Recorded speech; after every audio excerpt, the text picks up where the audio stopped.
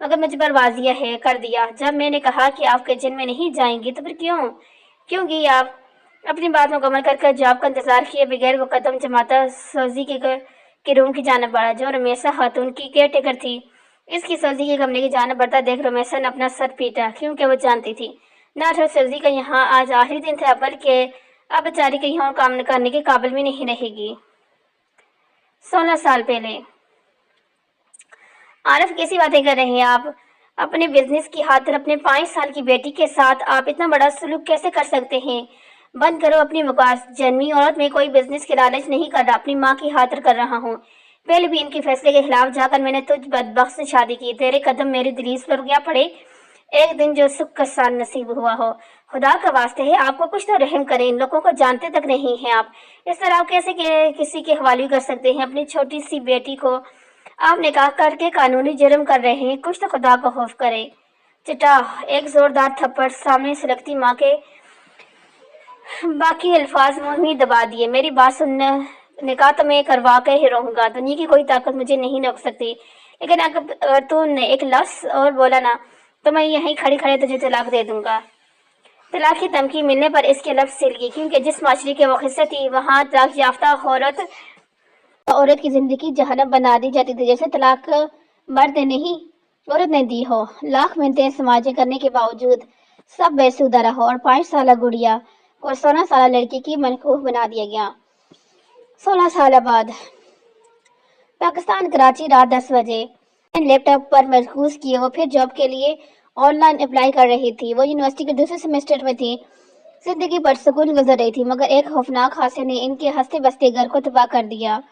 درانی صاحب کے شریک خدا ادنوی کو جنم دینے کے 6 سال بعد نیند سو گئی۔ درانی صاحب ایک جانے مانے بزنس مین تھے، مگر پچھلے 5 برس پہلے ہارٹ اٹیک نے ان کی جان لے لی۔ یہ صدمہ ادنوی اور ان کے 5 برس بڑے بھائی سنان درانی کے لیے بہت گہرا تھا۔ باپ کے جانے کے بعد سنان نے بزنس سنبھالا، مگر کچی عمر ہونے کے باعث دن بدن نقصان پر نقصان ہوتا گیا۔ اور پھر وہ دن آیا جب ایک دن سنان آفس سے گھر واپس نہیں آیا اور کہا تھا کہ کس حال میں تھا کوئی نہیں جانتا تھا۔ سنان کی شادی کے بعد ادنوی بے جان سے بے جان سی ہوگی، مگر ایک دن فون کال پر اس کے رہن سہن آسان بھی خطا ہوئے جب اسے معلوم ہوا سنان ایک نچلی اسپتال میں کوما کی پیشنٹ کی صورت زندگی اور موت کی جنگ لڑ رہا ہے۔ ادنوی کی پیدائش امریکہ سن فرانسیسی کی تھی۔ درانی صاحب نے غیر ملکی اور ساتھ ایک غیر مذہبی عورت خاتون سے شادی کی تھی۔ روز پستانی نامی اس عورت نے درانی صاحب سے نکاح کے بعد دل سے اسلام قبول کیا تھا اور ساتھ ہی اسلامی تعلیمات بھی حاصل کی تھی۔ اسلام میں شمولیت کے بعد وہ روز پستاوی سے مریم درانی بن گئی تھی۔ ادنوی کی پیدائش کے 6 سال بعد مریم اس دنیا فانیہ سے رخصت ہو گئی تھی۔ ادنوی بہو اپنی ماں کی طرح انگریزوں سے مشابہت رکھتی تھی۔ سرخ اور سفید رنگت، گلابی نازک لب، گول چہرہ، گہری نیلی آنکھیں، سنہرے شانوں تک آتے ریشمی بال، نمایاں حدوحال کی مانو کی سالہ ادنوی درانی۔ وہ ایک آزاد مینشن سوچ کی مالک تھی، حق و باطل کے بیچ فرق کرنا وہ خوب جانتی تھی۔ اس نے انفرادی معلومات کے ساتھ ساتھ اجتماعی تعلیمات بھی حاصل کی تھی۔ یہی وجہ تھی کہ وہ اپنی مذہبی تہذیب اور ملک کی ثقافت کو ہمیشہ اول رکھتی تھی۔ اس کی ایک اور سب سے بڑی کمزوری اس کی زبان تھی، جو ہمیشہ غلط بات پر پھسل جایا کرتی تھی۔ اب دیکھنا تو یہ تھا کہ وہ اپنی کمزوری سے کتنا نقصان اٹھانے والی تھی۔ نیند اس کی آنکھوں سے کوسوں دور تھی۔ رات کو دوسرا پہر تھا، وہ ڈھیلے ڈھالے ٹراؤزر اور شرٹ میں ملبوس تھی۔ لیپ ٹاپ چارج پر لگاتے وہ کچن کی جانب بڑھی، شیلف سے کپ نکال کر گرم پانی چولہے پر رکھا، کافی کی بوتل تلاش کرنے لگی۔ پانی ابل چکا تھا مگر کافی اب تک نہیں مل رہی تھی۔ جب ایک گہری سانس لے کر وہ سیدھی کھڑی ہوئی، نظر کپ کے کھلے ہوئے شیف پر گئی، جہاں این کپ کے برابر ہی کافی کی بوتل منہ چڑھا رہی تھی۔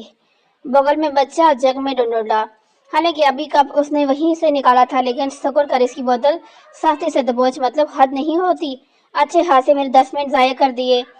2 چمچ کافی کے کپ میں ڈال کر وہ چمچ چلاتی سوشل ایریا میں رکھے صوفے پر برابر بیٹھی رہی۔ میگزین اٹھا کر صفحے پلٹنے گئی، جب نظر ایک پیج پر رکی۔ 3 پیس سوٹ میں ملبوس، ہاتھ میں ایوارڈ لیے وہ سر کو خم کیے کھڑا تھا۔ میگزین کے 2 صفحے اس کی تعریفوں سے بھرے تھے۔ جب ایک نظر تصویر کے نیچے لکھے اس کے نام پر رکی، دی گریٹ بزنس ٹائکو ماز حیدر خان۔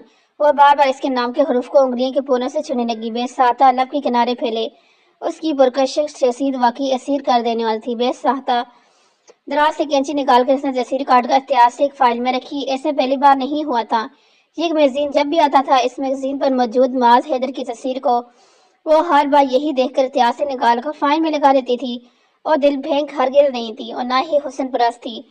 ایسا بھی نہیں تھا کوئی اس شخص سے محبت کرتی تھی، کیونکہ معاذ حیدر خان سے محبت کرنا شاید آسان تھا مگر اس کو حاصل کرنا ناممکن، اور یہ بات ادنوی بہتر طریقے سے جانتی تھی، مگر پھر بھی نہ چاہتے ہوئے بھی ہر بار وہ اس کی تصویر کو محفوظ کرتی تھی۔ دبئی ڈاؤن ٹاؤن صبح 5 بجے وہ پچھلے 40 منٹ سے واک ٹریک پر بھاگ رہا تھا اور اس کی گزرنے والے ہر راستے پر بھی گارڈ فورس جدید اسلحہ داریں اس کی حفاظت کے لیے پہلے ہی اس پوزیشن پر موجود تھی۔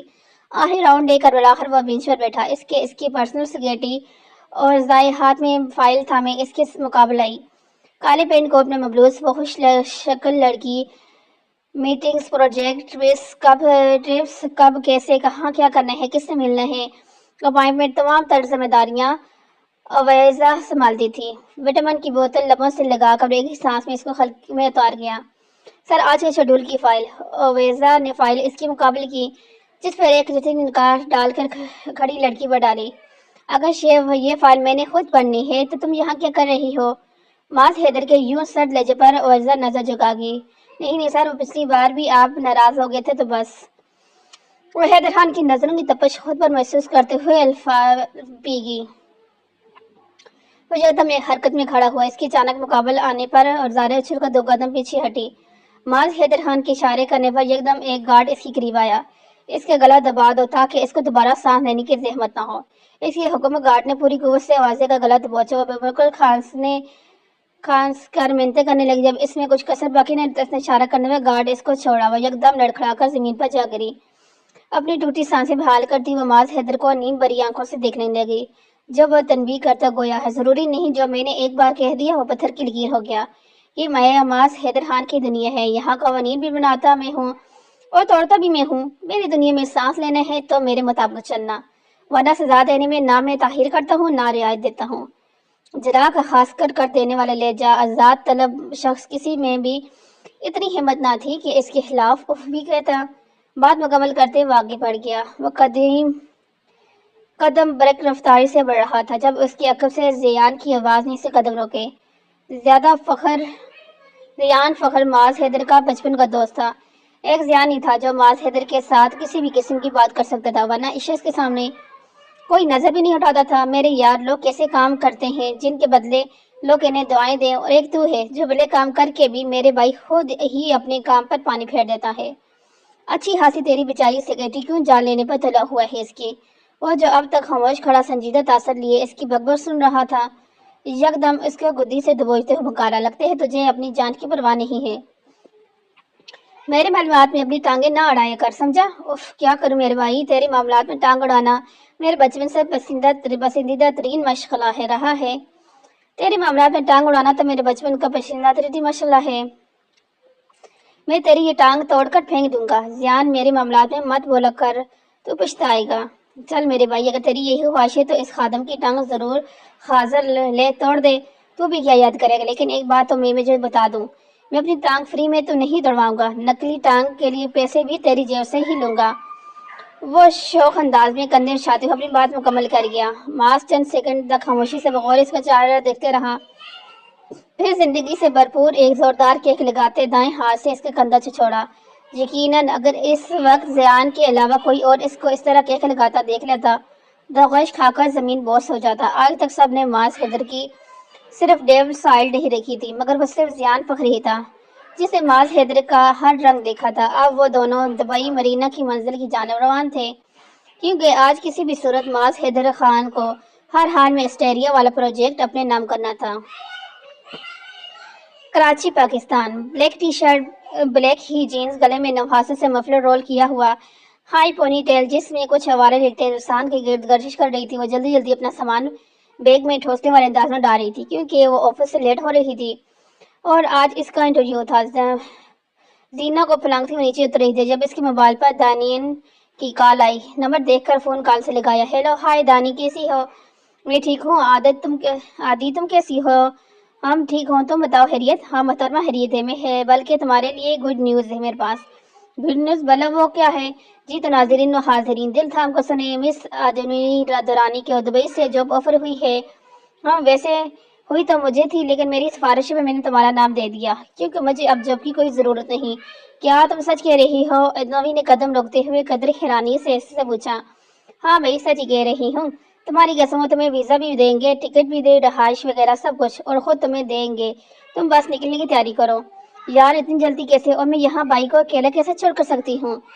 آدھی یار پاگل کیوں ہو رہی ہے؟ لوگ تو مرتے ہیں ایسی اپرچونیٹیز کے لیے، اور تم ہو کے منع کر رہی ہو۔ ویسے بھی سنان بائی کی خبر میں تمہیں دیتی رہوں گی، اس گولڈن چانس کو مس نہیں کرنا، اور کیا پتا وہ لوگ سنان بائی کا علاج بھی کروا دیں۔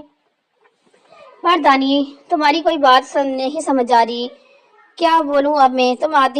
تم بہت ناشکری ہو۔ تمہیں انٹرویو کو چھوڑو، میں تمہیں نمبر بھیج رہی ہوں، تو وہاں رابطہ کرو اور تیاری پکڑو، ٹھیک ہے؟ میں پہلے سنان بائی سے ہسپتال میں مل کر آ جاؤں، پھر جا کر تیاری کروں گی۔ تمہیں اس سے طلاق دینی ہوگی، ورنہ میں تمہیں جان سے مار ڈالوں گا۔ میں اپنی بہن کو تمہارے حوالے ہرگز نہیں کروں گا۔ تمہیں کیا ملے گا یہ سب کر کے؟ اس کو طلاق دو تو خدا کے لیے چھوڑ دو ہماری جان۔ یہ فیصلہ جو ہمارے بڑوں نے کیا ہے وہ اب آگے نہیں چل سکتا، اس میں ہم دونوں کا فائدہ ہے۔ اس بات کو یہاں ختم کر دو۔ سنان اشفیتا سرلی میرے سامنے بیٹھے شخص پر چلا رہا تھا جو ہموار خاموش بیٹھا تھا۔ اس کی خاموشی سنان درانی میں لگی آگ کے شعلے اور بھڑکا رہی تھی۔ جب وہ استری ہنستا ایک بار پھر اس کو مخاطب کر گیا۔ تمہاری یہ خاموشی ہی اس بات کی دلیل ہے کہ تم ایک گندے خون کی پیداوار ہو۔ تم اور تمہاری ماں۔ سنان کے الفاظ اس کے منہ میں ہی دم توڑ گئے جب پوری شدت سے پاس پڑا لوہے کا پائپ اس شخص نے سنان کے سر پر مارا۔ اس اچانک کی یہ وار میں اتنی شدت تھی کہ پہلے ہی حملے میں سنان درانی زمین بوس ہوا تھا۔ خون برق رفتار زمین پر بہہ رہا تھا جب گھٹنوں کے بل وہ اس کے کان کے قریب بیٹھا سرگوشی کرنے لگا۔ دعا کرنا کہ تمہاری بہن کا مجھ سے سامنا نہ ہو، ورنہ میں اس کا وہ حشر کروں گا کہ درانی خاندان کی نسلیں تک کام جائیں گی۔ لفظوں کا سیسا سی کان میں ڈلتا ہوا کھڑا ہوگا۔ اس کو اسپتال پہنچا دو۔ مرنا نہیں چاہیے اور نہ ہی اس قابل رہنا چاہیے کہ اگلے سورج کی کرن اپنی آنکھوں سے دیکھ سکے۔ حکم صادر کرتے ہوئے انتقام کی نئی منزل پر روانہ ہو گیا۔ وہ 26 سال وجود اسٹرکچر پر اپنی زندگی اور موت کی جنگ لڑ رہا تھا۔ ادنوی نے نرمی سے اس کا ہاتھ ہلایا۔ بھائی ماما بھی گئی، پھر بابا بھی چھوڑ کے چلے گئے اور آپ بھی یوں خاموش ہیں۔ میں تھک گئی ہوں بھائی۔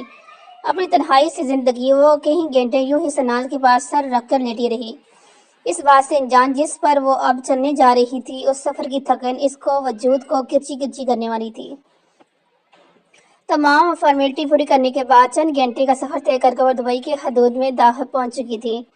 2 دن پہلے اس نے اویزا سے رابطہ کیا تھا جس نے تمام تر انٹیگریشنز ادنوی کو بتا دی تھی۔ مقررہ وقت پر ایک گاڑی ایئرپورٹ کے باہر کھڑی اس کی منتظر تھی۔ گاڑی دبئی کے مرین کی جانب روان تھی کیونکہ مینشن میں جب بھی کسی کو ہائر کیا جاتا تھا تو اس کا بائی ڈیٹا اویزا کلیکٹ کر کے محاذ حیدر کو دیتی تھی۔ اس لیے سب سے پہلے تو اسے اویزا سے ملنا تھا اور کافی دیر سے لوبی میں بیٹھی اپنے بلاوے کا انتظار کر رہی تھی۔ سفر کی تھکان، پھر یہاں انتظار کرتے اسے 1.5 گھنٹہ ہو گیا تھا۔ بیٹھے بیٹھے اسی کمر اکڑ گئی تھی۔ گھر سے نکلتے وقت اس نے آنکھوں پر کالے لینس لگائے تھے کیونکہ پاکستان میں کئی بار آوارہ لڑکے اس کی نیلی آنکھیں دیکھ کر آوازیں کستے تھے۔ تب سے اس نے یہ معمول بنا لیا تھا، جب بھی گھر سے نکلتی تھی نیلی آنکھوں کو سیاہ رنگ کا ڈھانپ کر نکلتی تھی۔ اس نے شارٹ مرہون ٹاپ تو پہنا ہوا تھا جو فراق سٹائل میں تھا، ہم رنگ مفلر دائرے کی صورت گلے میں لپٹا ہوا تھا۔ بلو جینز فلیٹس میں وہ خاصی کیجول ڈریس میں بھی غضب ڈال رہی تھی۔ بال سیدھے شانوں پہ بکھری ہوئے تھے، چہرے پر اچھی خاصی گزری لی وہ منہ بسورے بیٹھی تھی۔ جب اویزے اپنے پروفیشنل انداز میں اس کا مقابلہ آتی گویا ہوئی، مس ادنوی درانی سے اسٹریٹ جا کر لفٹ لے کر سیکنڈ روم میں جائیں، سر آپ کا ویٹ کر رہے ہیں۔ سفید 3 پیس سوٹ میں ملبوس سرمئی ناک آنکھیں چندیدہ چہرہ اپنی سیٹ پر جمع تھا، جبکہ اس کی فرنٹ سیٹ پر زیان موبائل میں انگلیاں گھماتا اس کو کچھ دکھا رہا تھا۔ دروازے کی دستک پر دونوں متوجہ ہوئے۔ ریس کا نامان فضاد چہرہ ہاتھ میں فائل پکڑے ننھے قدم اٹھاتی ان کے مقابلہ رکی۔ ریان کی نظریں جیسے اس پر گئی جبکہ ادنوی درانی اپنے سامنے بیٹھے اس دی گریٹ بزنس ٹائکو معاذ حیدر کو دیکھ کر سانس لینا بھول گئی۔ اس کو اپنی آنکھوں پر کسی سے یقین نہیں آ رہا تھا۔ وہ اپنے خواب میں بھی تصور نہیں کر سکتی تھی کہ جس تصویریں اب تک محفوظ کرتی آئی ہے وہ آج اس کے مقابل تھا۔ زیان ٹک ٹاک محسوس تھا، اس کی حسن کو دیکھ رہا تھا، جبکہ مقابل بیٹھا ہوا سنگ دل شہزادہ مکمل اس کا جائزہ لے کر اب لبوں پر انگلی پھیر رہا تھا۔ ادنوی کے چہرے کے تاثرات اس سے چھپے نہیں تھے۔ یہ معاذ حیدر کے لیے کوئی نئی بات بھی نہیں تھی، کیونکہ اس کی اس ساحر شخصیت کو دیکھ کر ہر کسی کا یہی رد عمل ہوتا تھا جو اس وقت ادنوی کا تھا۔ بس کچھ الگ یہ تھا کہ ادنوی اب تک اس کے پاس تصویر لینے کی غرض سے نہیں آئی تھی، بلکہ ہموار لب دانتوں میں دبائی پھٹی پھٹی آنکھوں سے اسے تک رہی تھی۔ ماحول کی نزاکت کو بامتے ہوئے زیان نے گلا کھنکھارا، جس پر وہ ہڑبڑا کر چونکی۔ مس ادنوی please take our seat. Final کو مضبوطی سے دبوچے اب زیان کے برابر والی سیٹ پر نشست پر بیٹھ گئی، جبکہ معاذ حیدر اس کے مقابلے بیٹھا تھا۔ اپنی خفت کو مٹانے چہرے پر آتی آوارہ لٹوں کو اس نے انگلی کے پروں کی مدد سے کان کے پیچھے کیا۔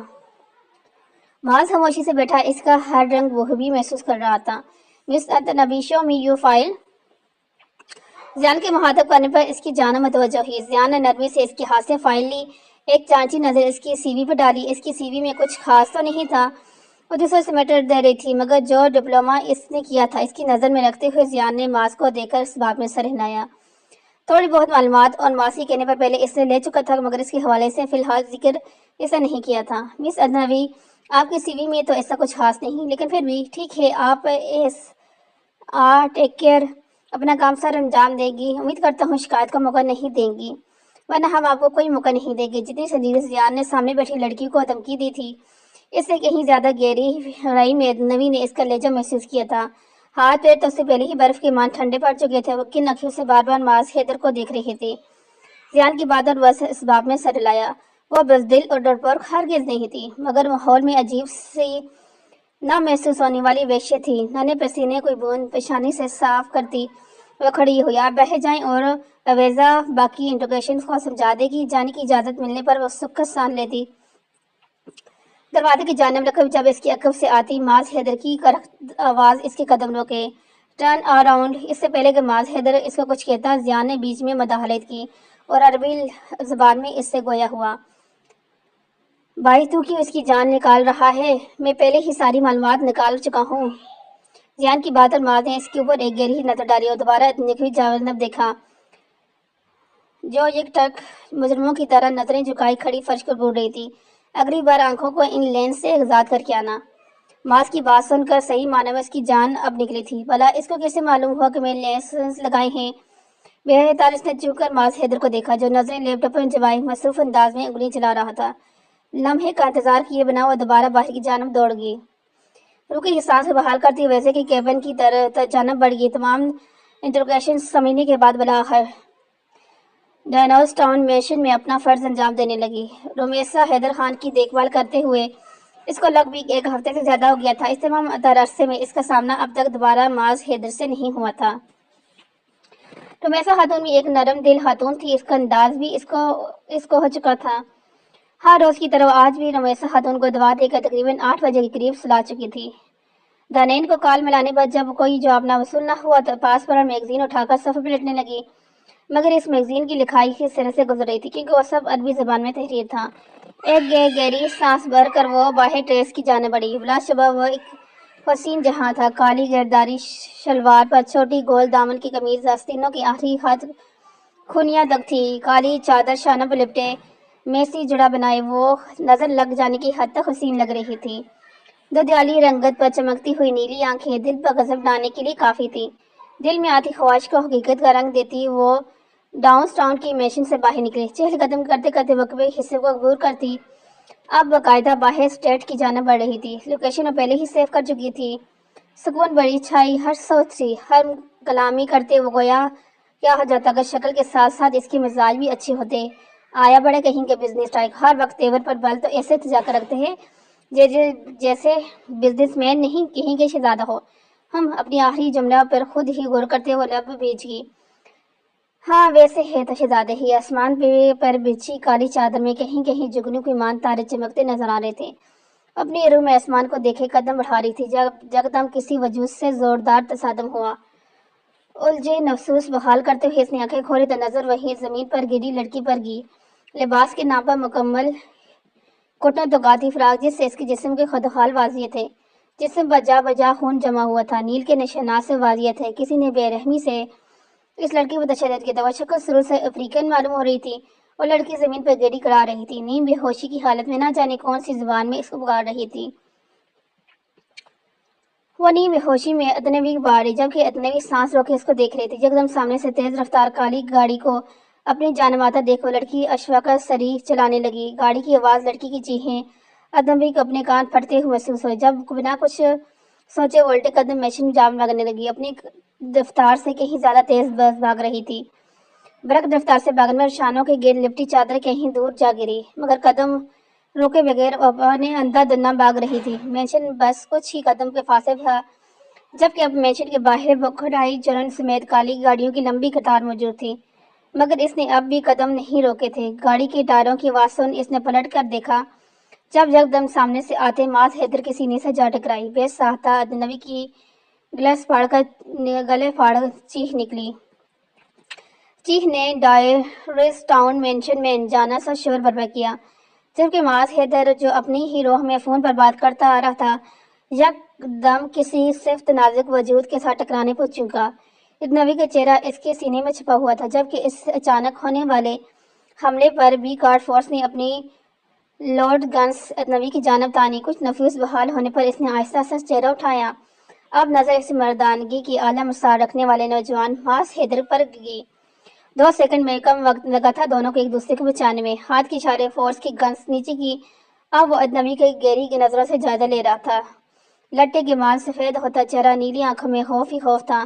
جب کھلاتی ہوئی میں وہاں وہ لڑکی اس کو نہ مارا، وہ چل سامنے کھڑے وہ 35 سالہ نوجوان ہموار چہرے پر سنجیدگی سے اس کی ایک ایک لفظ پر غور کر رہا تھا۔ گھبرو آواز نے اجنبی کے لفظ ٹکڑے فالو می، شکست خور قدم اٹھاتی ہوئے اس کے پیچھے چلنے لگی۔ بی گارڈ فورس اپنی اپنی جگہ رکتے چلے گئے۔ اب بس وہ دونوں اقوی حصے کو عبور کرتے سوشل ایریا میں موجود تھے۔ ایک گہری نظر سرسری نگاہ سے ڈالتا ہوا اور میسا ہاتھ ان کی کمرے کی جانب بڑھ گیا۔ وہ ہاتھ جا کر کھڑی ملازمت سے عربی زبان میں کچھ گفتگو کر کے واپس سوشل ایریا میں آیا اور اب اجنبی سے بات کرنے کا ارادہ رکھتا تھا، مگر وہاں اجنبی کو نہ پا کر اس کی آنکھوں میں صرف نسیں نمودار ہوئی۔ غصہ ضبط کرتے ہوئے پاس کھڑی ملازمہ کو مخاطب کیا، جاؤ جا کر اس لڑکی کو بلا کے لاؤ۔ ملازمہ کا پیغام سن کر اچانک یوں بلانے پر اجنبی انگلیوں کو ہتھیلی میں گردش دینے لگی۔ ننھے قدم اٹھاتی وہ معاذ حیدر کے خانے کے مقابل گئی، جہاں وہ صوفے پر جمع تھا، مگر وہاں ایک فرد کا اضافہ تھا اور وہ کوئی اور نہیں، ضیان فخر تھا۔ ایک بال میں سے نظریں نیلی آنکھوں سے ملنے پر سامنے موجود مغرور نوجوان کھٹک سا گیا، پھر جلدی سے اپنی نظروں کا زاویہ بدلتے ہوئے یہاں رومی کی دیکھ بھال کے لیے اپائنٹ کیا ہے یا پھر سڑکوں کی سیر کرنے کے لیے؟ معاذ حیدر نے دو ٹوک توہین آمیزہ لہجے پر اجنبی کے تنفر سے ناک سکڑی۔ جی بالکل، فرمایا آپ نے، یہاں مجھے جاب کے لیے اپلائی کیا گیا ہے، قید کرنے کے لیے نہیں۔ برے وقت پر بری طرح پھسل جانے والی زبان آج پھر برے وقت پر پھسلی چکی تھی۔ اس کا اندازہ اب وہ معاذ حیدر کے چہرے کے اتار چڑھاؤ دیکھ کر لگا سکتی تھی، جو تنے ہوئے نقوش کے ساتھ بغور اس کا گھور رہا تھا۔ میرا مطلب تھا کہ ابھی اس کے الفاظ سارا ڈھونڈ رہے تھے جب ایک لمبا ڈنگ بڑھتا ہوا چند قدم کا فاصلے رکا۔ جب تک اجنبی نے قدم پلٹتے اپنی اس زبان کو اگلی بار قابو میں رکھنا، مگر اوش ہاشی do not dare little girls next time make sure, بولنے سے پہلے 100 بار سمجھو، پھر یہ منہ کھولو ورنہ بند رکھو، یہ نہ ہو کہ یہ منہ ہمیشہ کے لیے بند ہو جائے۔ اب تم جا سکتی ہو، وہاں جلاد کی خاکسر کر دینے لے جا۔ اس کے مغناطیسی صحت رکھنے والے نوجوان نے آگے نہ جانے کیوں اس کی بولتی بند ہو گئی تھی۔ دراصل وہ جس کام سے یہاں آئی تھی اس واقعہ کو جیسے وہ بھول سی گئی، جبکہ اس سارے عرصے میں ضیان اس کی نیلی آنکھوں کو دیکھے جیسے کچھ برس پہلے کھو سا گیا۔ اس بات کو معاذ حیدر نے ذرا محسوس نہیں کیا، وہ یہی بات زیادہ تشویش تھی۔ اجنبی قدرے افسوس سے اپنی کمرے کی جانب بڑھ گئی، یہ سوچے بغیر کہ 2 آنکھوں نے دور تک اس کا پیچھا کیا تھا۔ اجنبی کی نظروں سے اوجھل ہونے پر معاذ حیدر نے جیب سے فون نکالا۔ زیادہ پریشان ہونے کی ضرورت نہیں ہے، سب کچھ میرے قابو میں ہے، تم اپنا کام جاری رکھو، میں کل دوپہر تم سے ملتا ہوں۔ رش ڈرائیو کرتے ہوئے سنسان راستے پر گاڑی بھگا رہا تھا۔ اپنے فلیٹ میں پہنچتے ہی گاڑیوں کی چابی ایک کنار پر پھینکتے وہ اندر اندھے منہ آرام گاہ میں پر لیٹ گیا۔ دماغ کی نسیں تنگی تھی، اس کے سوالوں کے جواب کسی کے پاس نہیں تھے، ہاں تھے تو صرف رمیسا خان کے پاس۔ اب اسے ہر سلو جلد از جلد ان سے ملنا تھا۔ اجنبی کمرے میں آتے ہی آرام گاہ پر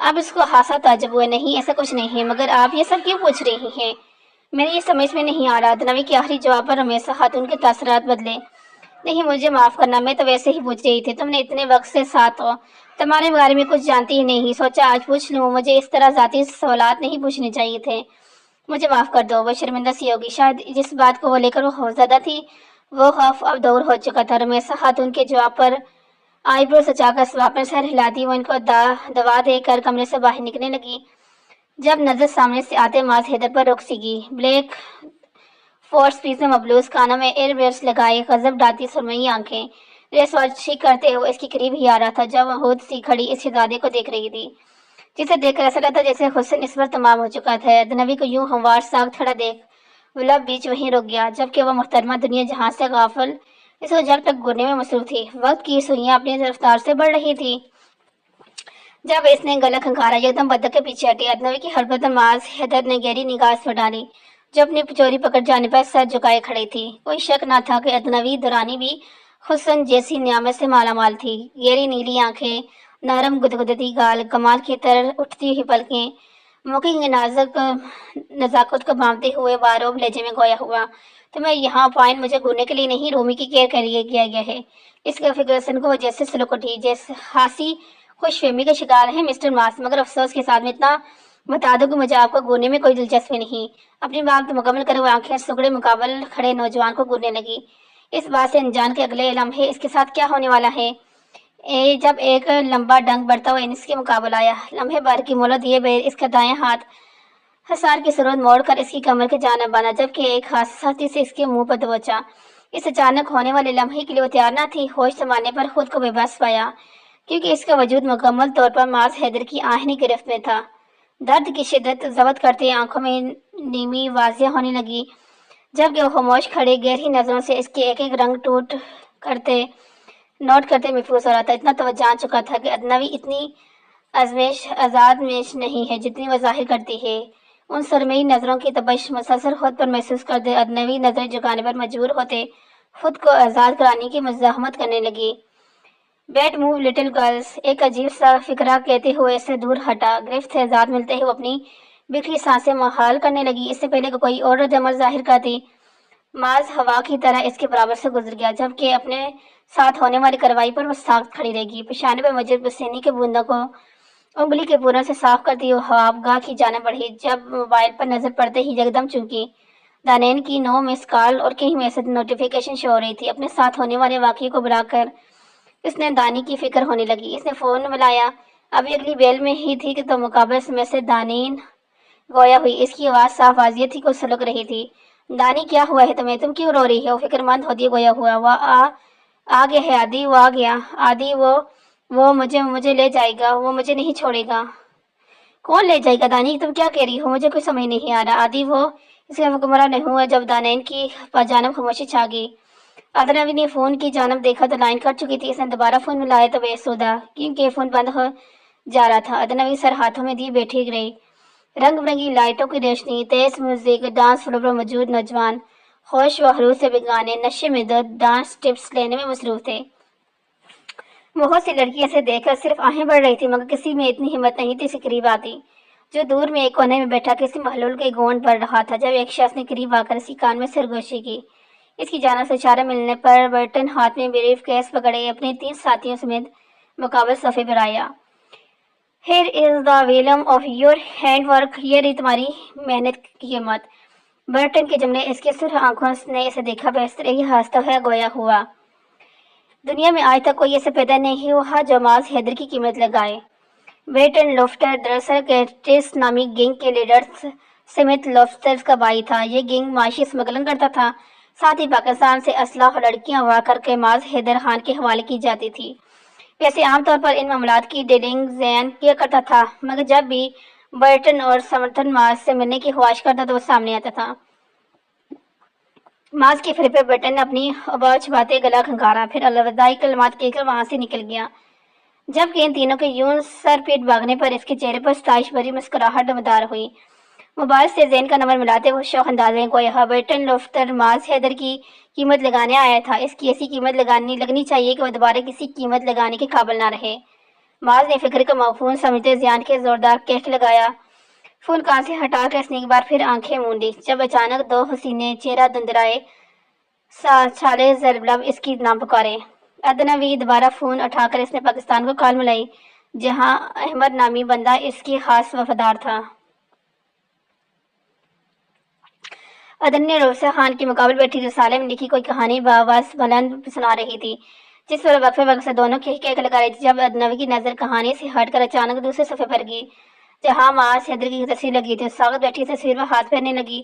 ادنوی کو خاموش دیکھ کر رمیسا خاتون نے بند آنکھیں کھول کر اس کو دیکھا، جو ہموار سی بیٹھی رسالے کو گھور رہی تھی۔ اس کی نظروں کے تعاقب کرتے ہوئے انہوں نے رسالے میں جھانکا، جہاں معاذ کی تصویر دیکھ کر ان کے چہرے کی جاندار مسکراہٹ نمودار ہوئی۔ اس کی تصویر یہی اخباروں خبروں کی زینت بنی رہتی ہے۔ رمیسا خان کے مخاطب کرنے پر وہ ہوش کی دنیا میں آئی۔ میرا بیٹا بہت نرم دل ہے، خدمت حل کا جذبہ دن بدن اس میں پروان چڑھ رہا ہے، یہی وجہ ہے خدا نے اس کو اتنی شہرت سے نوازا ہے۔ رمیسا خاتون اپنے ہی روم میں اپنے بیٹے کی شان میں پھول برسا رہی تھی، جبکہ ادنوی ان کے لیے بیٹے کی والی حرکت صبح والی حرکت یاد کرتے آنکھیں گھمائے گی۔ ادنوی کا یوں بسورنا رمیسا خاتون سے بن نہیں سکا، جب وہ ایک بار پھر گویا ہوئی، ہاں مگر میں یہ بھی جانتی ہوں کہ وہ انتہائی گرم مزاج ہے۔ وہ بچپن میں ایسا نہیں تھا، حتیٰ کہ جوانی کی دلیل پر قدم رکھنے کے بعد بھی وہ خاصا نرم دل تھا، لیکن وقت گزارنے کے ساتھ ساتھ اس کے مزاج میں سختی آتے گی۔ کیا میں جان سکتی ہوں آپ کا بیٹا اتنا سخت مزاج کیوں ہے؟ تجسس کی خاطر دل میں آیا سوال رمیسا خاتون سے کر بیٹھی۔ اس وقت ہم پاکستان میں مقیم تھے، حیدر خان بھی حیات تھے، معاذ بھی۔ ان کا جملہ مکمل نہ ہوا جب معاذ حیدر نے تقریباً گریدار آواز میں ان کو پکارا، رومی! گریدار آواز نے ان کے لب روکے۔ ادنوی اور رمیسا خاتون دونوں ہی دروازے کی جانب متوجہ ہوئی، جہاں معاذ حیدر چہرے پر سخت تاثر لیے ادنوی کا گر رہا تھا۔ اگلی لمحے رمیسا خاتون کی آرام گاہ کے قریب آ کر گویا ہوا، رومی میں نے کتنی بار کہا ہے لوگوں کو ان کی اوقات میں رکھا کریں، اور تمہیں رومی کی کیئر کے لیے رکھا ہے یا گڑے مردے اکھاڑنے کے لیے؟ معاذ کے یوں ابریزہ کرنے پر آنکھوں میں نیمی آئی۔ معاذ کیا طریقہ ہے بات کرنے کا؟ رمیسا خاتون قدر حیرانی سے گویا، رومی فور گاڈ سیک بس کر دیں، آپ جانتی نہیں ہیں ایسے لوگوں کو۔ کیا بھول گئی؟ کچھ عرصے پہلے بھی ایک میڈ نے ہماری نچلی معلومات جا کر میڈیا کو بتائی تھی، جو کتنا عرصہ خبروں کی زینت بنی رہی، کتنے سکینڈلز بنے تھے۔ جہاں اپنے لیے لفظ میڈ سن کر وہ سکتے میں تھی، وہیں اپنے اوپر شک کیے جانے پر سپاٹ ہوئی۔ اب یہاں کھڑے کھڑے میرے غصے کو ہوا مت دو، جسٹ گاٹ لاسٹ، انف از انف۔ میں لعنت دیتی ہوں آپ پر، آپ کے اس جاب پر۔ اگر آپ مجھے پر پے کر رہے ہیں تو اس کے بدلے میں آپ کو اپنا وقت دے رہی ہوں، پوری امانت داری سے اپنی ڈیوٹی پوری کر رہی ہوں۔ میں آپ کی کوئی زرخیز غلام نہیں ہوں کہ آپ جیسا دل چاہے گا میرے ساتھ ویسے ہی بیہیو کریں گے۔ مجھے کوئی دلچسپی نہیں اس فضول جاب میں۔ میم آئی ایم سوری، مگر میں اب اور اپنی انسلٹ برداشت نہیں کر سکتی۔ اب کی بار رمیسا خاتون سے مخاطب ہوئی، جو احتجاجی نظروں سے اسے دیکھ رہی تھی۔ ہاں مسٹر معاذ، آپ ایک بات اور، آپ جس کو بھی اپنی جاب پر پوائنٹ کریں نا، کوشش کیجیے گا اس کے منہ میں زبان نہ ہو اور نہ ہی وہ سننے کے قابل ہو کہ کوئی نارمل انسان تو آپ کے اس مینشن میں کام نہیں کر سکتا۔ ڈیس گاڈ لیس بات مکمل کر کے بتا دے کہ جانے میں جب کسی خیال کے تحت واپس پلٹی۔ ویسے مجھے یہ بات جان کر کافی حیرت ہوئی کہ معاذ حیدر خان کی 5 انگلیاں برابر ہیں۔ Interesting, very interesting. کوئی بات میڈیا کو بتاؤ یا نہ بتاؤ، یہ تو لازمی بتاؤں گی۔ شوق فکرہ اس کی جانب اچھالتے ہوئے وہ استریا ہستی اپنے کمرے کی جانب بڑھ گئی، جبکہ مقابل کھڑا وہ شخص اس کی نظروں سے اوجھل ہو جانے کے بعد دلجمی سے رمیسا خاتون کی جانب مڑا، جو گہری نظروں سے دیکھ رہی تھی۔ وہ جانتی تھی کہ یہ خاموشی کسی بڑے طوفان کا پیغام دے رہی ہے۔ اور رمیسا خاتون کو کمفرٹیبل ٹھیک کرتا دروازے کی جانب بڑھنے گیا جب انہوں نے اس کی کلائی نرمی سے پکڑی۔ Muaz please, she is innocent, please.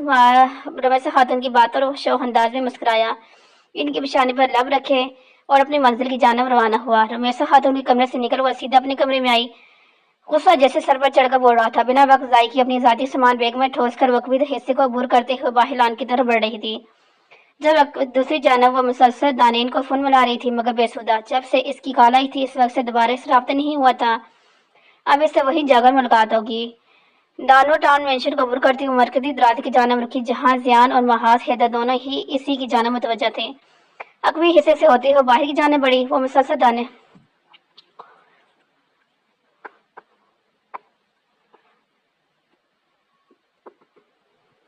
جبکہ وہ محترمہ ان کو نظر انداز کرتی شانے شادی کیب کی جانب بڑھ گئی، جو وہ پہلے ہی بک کروا چکی تھی۔ ادنوی کے انداز سے جہاں معاذ حیدر کے چہرے پر ایک جاندار مسکراہٹ نے رس کیا، وہیں زیان نے ایک ملامتی نظر اس بیوقوف لڑکی پر بارے جو آنے والے طوفان سے جان مطمئن تھی، وہ دونوں اس کو تب تک دیکھتے رہے جب تک وہ کیپ ان کی آنکھوں سے اوجھل نہ ہوئی۔ وہ پورے وثوق کے ساتھ اپنی کرسی پر برجما تھا۔ آج یہاں سعودی شیخ کے ساتھ افتتاحی پروجیکٹ کی ڈسکشن جاری تھی۔ 3 برس بعد آج یہ معاہدہ طے پایا اور سعودی عرب میں اپنی شوگر ملز کے لیے اب تک کئی ملین ڈالر سے زیادہ رقم ادا کر چکا تھا۔ 3 سال بعد الآخر اس کی زندگی کا اہم مقصد پایا تکمیل تک پہنچا۔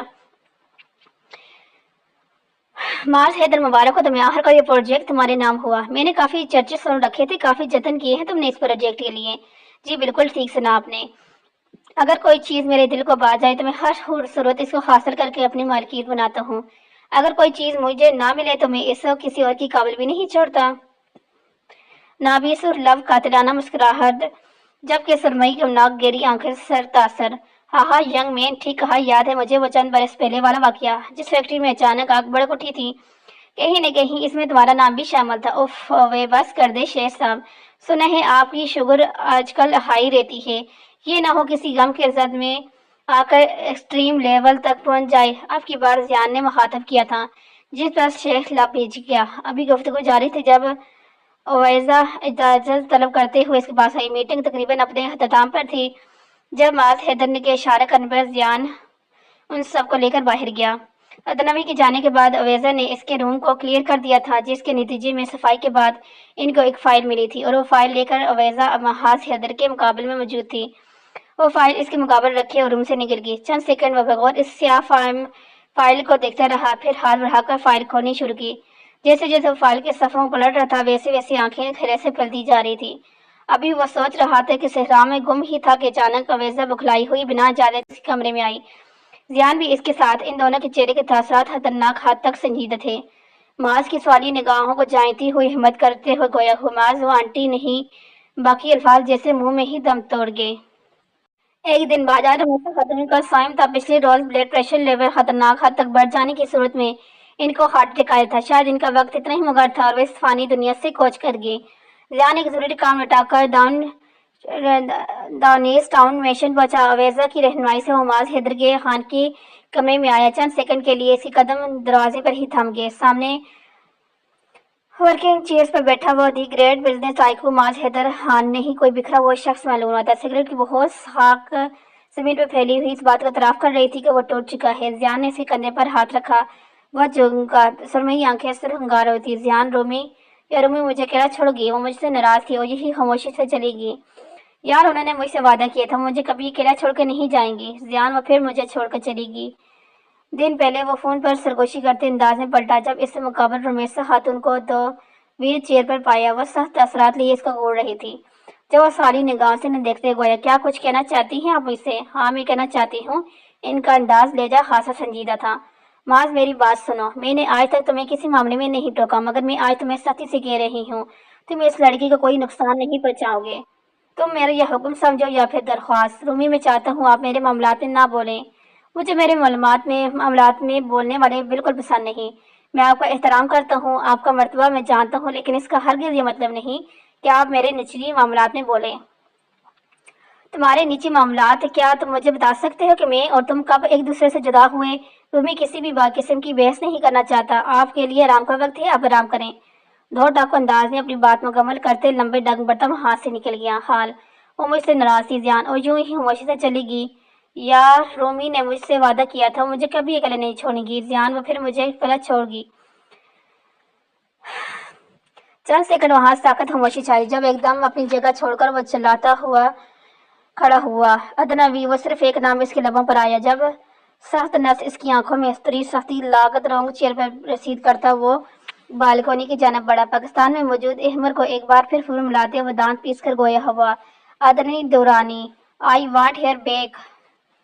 زیان کی پیشانی میں پسینے ارکلود تھے، دماغ نے جیسے کام کرنا چھوڑ دیا تھا۔ جب احمد کا خیال آنے پر اس نے فون اٹھایا۔